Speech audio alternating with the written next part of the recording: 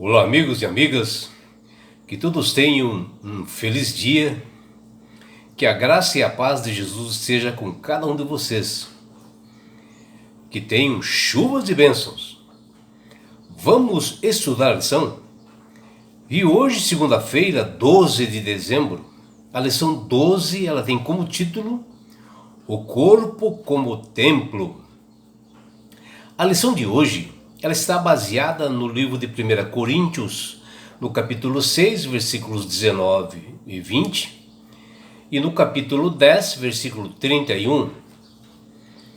E aqui nós vamos verificar como nós devemos ter o devido entendimento para que o nosso corpo, que ele é o templo de Deus e o templo do Espírito Santo, que isso pode influenciar positivamente no nosso estilo de vida.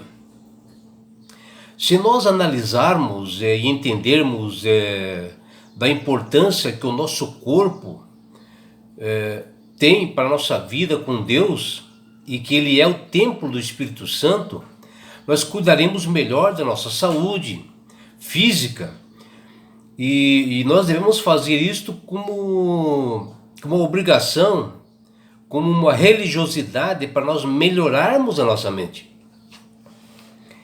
E o corpo, para os pagãos, sempre foi uma prova de criatividade dos deuses. E ele estava assim ali para ser exibido, adestrado, treinado, perfumado e reverenciado, pronto para arrancar olhares de admiração e inveja dos demais mortos. Vejam a teoria dos pagãos. E eles ainda têm mais algumas coisas. Veja o que diz, os pagãos, Se as divindades não derem um belo físico a todas as pessoas, não significa que os agraciados tivessem que, por isso, escondê-lo. E falavam que os corpos eram os instrumentos do deus Agon, o deus dos combates. E por isso que pagãos tinham o hábito assim de decorar seus túmulos assim com artes nas catacumbas, nos sepulcros, nos subsolos, que depois foi também adotado pelos judeus de Roma, que achavam que a alma humana poderia ser alçada à vida eterna assim. Com o tempo, eles acreditavam na teoria dualista, de um corpo mortal com uma alma imortal. E tem gerado sim teorias sobre o corpo humano. Um dos antigos filósofos gregos, eles falavam que o corpo era a prisão da alma e que só era libertado pela morte. E o conceito dos pagãos contaminou os cristãos também, que começaram a acreditar que o corpo é a morada temporal da alma e que na ocasião da ressurreição o corpo seria integrado à alma. Os panteístas, eles achavam que tudo é Deus. Eles consideravam a natureza e o universo são divinos, que o corpo humano também é divino e que tudo seja um e é o mesmo, onde Deus e todas as coisas e principalmente o corpo humano é uma única substância divina.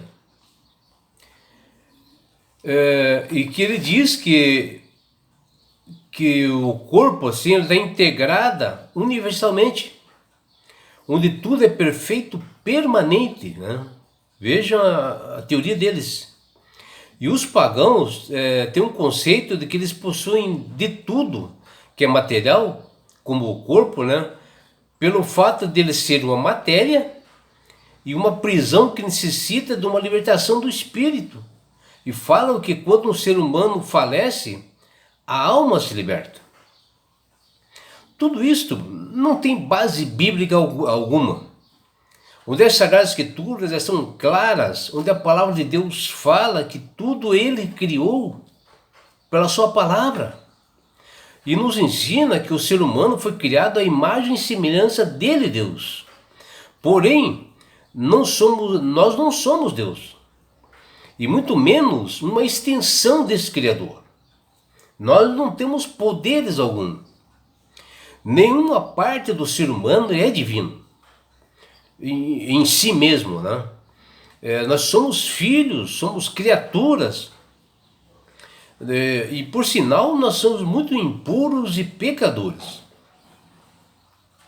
E quando se fala, né, em semelhança a Deus, é que nós refletimos, né, algumas características de Deus na nossa vida, né, algumas facetas, né, como por exemplo o aspecto físico, mas Deus não está limitado somente ao corpo físico, e sim na capacidade mental, né, de emoções, de criatividade, de sabedoria, de aptidão assim, de planejar as coisas, ter um pensamento racional, ter amor, a justiça, né? Isso realmente são coisas que nós copiamos desse grandioso Deus. E nós somos como uma sombra de Deus, onde possuímos sentimentos, amor, misericórdia. Somos criativos também, onde a imagem e semelhança de Deus está na perfeição da forma, quando nós aplicamos em nossa vida esses dons. Assim como nossos primeiros pais foram criados com tudo assim, o nosso corpo funcionando em perfeita harmonia, com a melhor saúde, né? Saúde física, mental, né? E isso reflete o Deus perfeito em sua plenitude. É claro que com a entrada do pecado, foi tirada por completo, né, a perfeição da imagem e semelhança. Porém, nós temos esperança que através do sacrifício de Cristo na cruz do Calvário, o nosso Redentor nos deu essa oportunidade de nos salvar, de nós estarmos na segunda vinda dele. Aí sim, ele irá recuperar esse corpo perfeito, onde nós seremos transformados pelo poder de Deus, onde nós ganharemos um novo corpo. Mas hoje requer de todos nós o cuidado com o corpo, que é o templo do Espírito Santo, onde devemos nos alimentar com coisas saudáveis, e esta é a responsabilidade de cada cristão.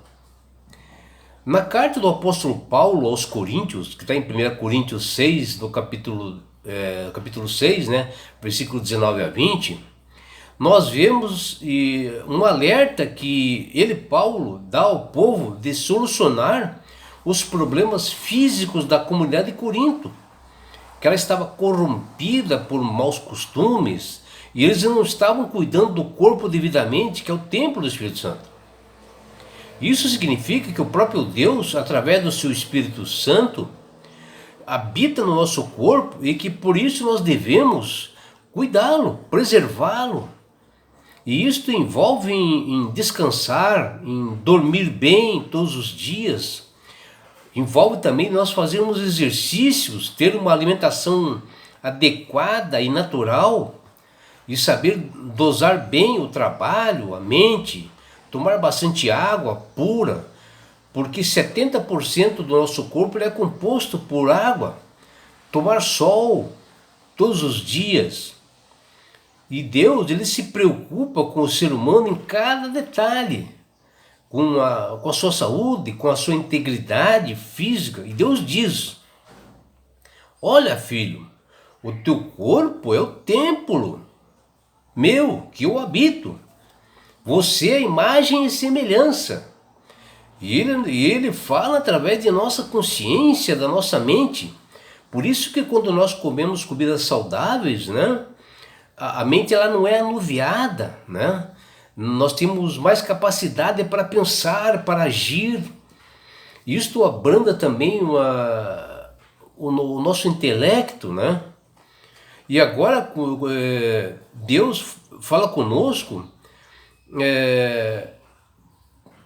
ele tem um relacionamento conosco através da mente. E quando a mente ela está assim anuviada, embotada, de tanto nós comermos coisas ruins, nós não temos esse relacionamento com Deus.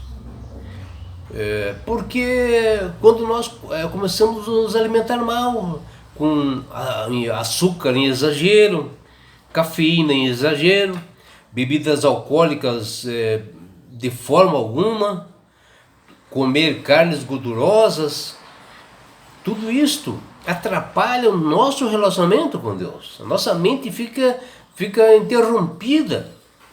E nós precisamos cuidar do nosso corpo, que é o templo de Deus, o templo do Espírito Santo.